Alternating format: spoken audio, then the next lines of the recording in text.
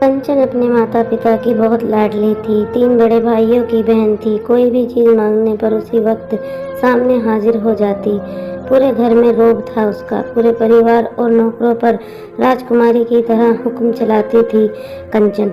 School में भी पूरा रोब था उसका। बड़े घर की लाडली जो थी वह ऐसे ही उसने कॉलेज में दाखिला लिया। उसके ठाट बाट बड़ी गाड़ी में आना जाना, हर दिन नया फैशन देखकर हर कोई उससे दोस्ती करना चाहता था। थोड़े ही दिनों में उसके बहुत से दोस्त बन गए। पूरे कॉलेज में उसकी अपनी ही एक पहचान थी। इन दिनों उसके घर एक रिश्ता आया। खानदानी लोग थे और पापा की पुरानी जान पहचान थी। उनके साथ कंचन के साथ कोई जबरदस्ती नहीं थी, पर कंचन ने फिर भी हाँ कर दी, क्योंकि वह अपने परिवार से बहुत प्यार करती थी। वह जानती थी कि वह लोग उसका अच्छा ही सोचेंगे। लड़के का नाम राज था। राज काफी पढ़ा लिखा और समझदार लड़का था। ससुराल वाले भी बहुत अच्छे थे। ससुराल में कंचन की जगह वैसी ही थी जैसी कि मायके में कोई भी कार्य कंचन की सलाह के बिना नहीं होता था। सबकी लाडली बहू बन गई थी वह। फिर उसके घर एक बेटे का जन्म हुआ। राहुल कंचन को जान से प्यारा था।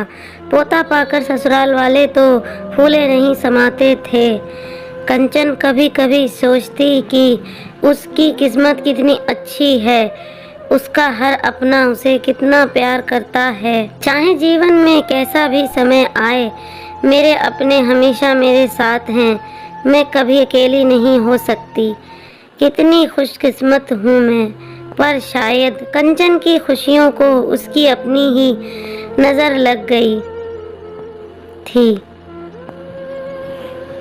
एक दिन वह मायके जाने की जिद कर बैठी। राज को बहुत काम था, लेकिन वे फिर भी उसे ले गया। रास्ते में उनकी गाड़ी अन्य गाड़ी से टकरा गई। कंचन, राज और राहुल बहुत बुरी तरह जख्मी हो गए। काफी दिनों के इलाज के बाद राज और राहुल तो ठीक हो गए, लेकिन कंचन पूरी तरह ठीक ना हो सकी। सर पर चोट लगने के कारण वह अपनी आंखों की रोशनी खो बैठी। अब कंचन की किस्मत जैसे उल्टे पांव चलने लगी। मायके वाले कुछ दिनों तक उसे मिलने आते रहे, फिर कभी कभार फोन ही करके पूछ लेते कि अब कैसी हो। धीरे धीरे ये सिलसिला भी कम हो गया। ससुराल वालों की सहानुभूति भी कम होने लगी। घर में किसी को पास बैठने के लिए कहती तो जवाब मिलता, बहुत काम है, अब तुम भी हाथ नहीं बटा सकती। राज भी चिड़चिड़ा हो गया था। बस राहुल ही था उसके साथ, जिसके साथ हंसते खेलते उसका वक्त गुजरता। एक दिन कंचन के हाथ से कुछ सामान गिर गया, जिसकी वजह से राहुल को हल्की सी चोट लग गई। कंचन के सास ससुर ने राहुल को उससे अलग कर दिया कि कहीं उसके न देखने की वजह से बच्चे का कोई नुकसान न हो जाए। कंचन अंदर से टूट चुकी थी। एक दिन उसने सबके सामने मायके जाने की इच्छा रखी तो राज उसे तुरंत मायके छोड़ आया, जैसे कि वह भी यही चाहता था। लेकिन राहुल को उसके साथ नहीं भेजा गया। कंचन कभी राहुल से दूर नहीं रही थी, पर अपनी कमी के कारण उसने ज्यादा बहस नहीं की। कंचन को लगा कि वह 3-4 दिन वहां रहेगी, पानी बदल जाएगा, क्योंकि वह कितने दिनों से कहीं भी बाहर नहीं गई थी। घर वाले भी इतने दिनों बाद उसे देखकर कितने खुश होंगे। कंचन के घर पहुंचने पर सब लोग बहुत खुश हुए।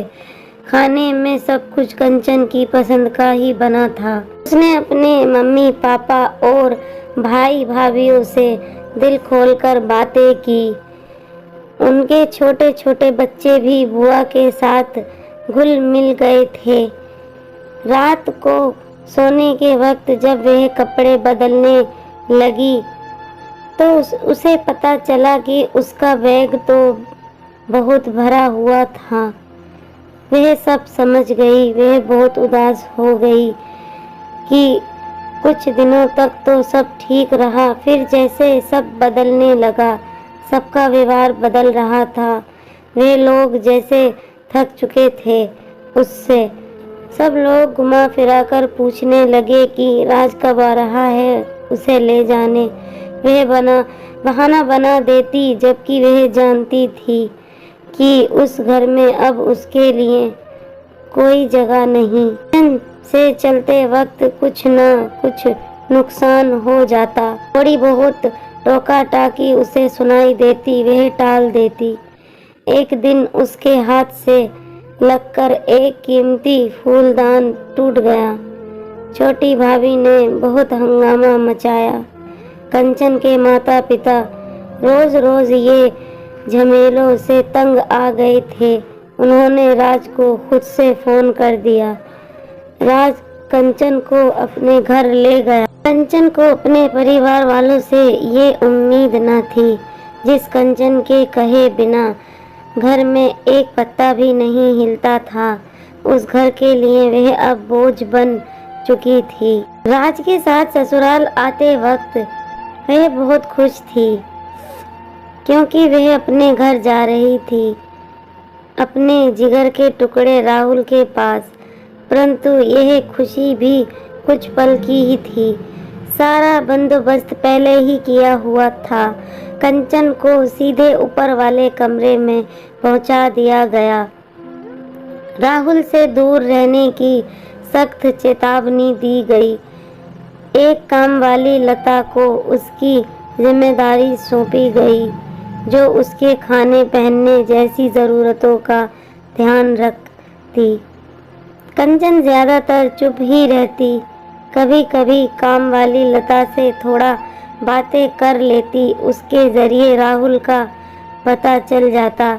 सबकी लाडली बेटी और बहू सबके लिए लाडली से बोझ बन चुकी थी।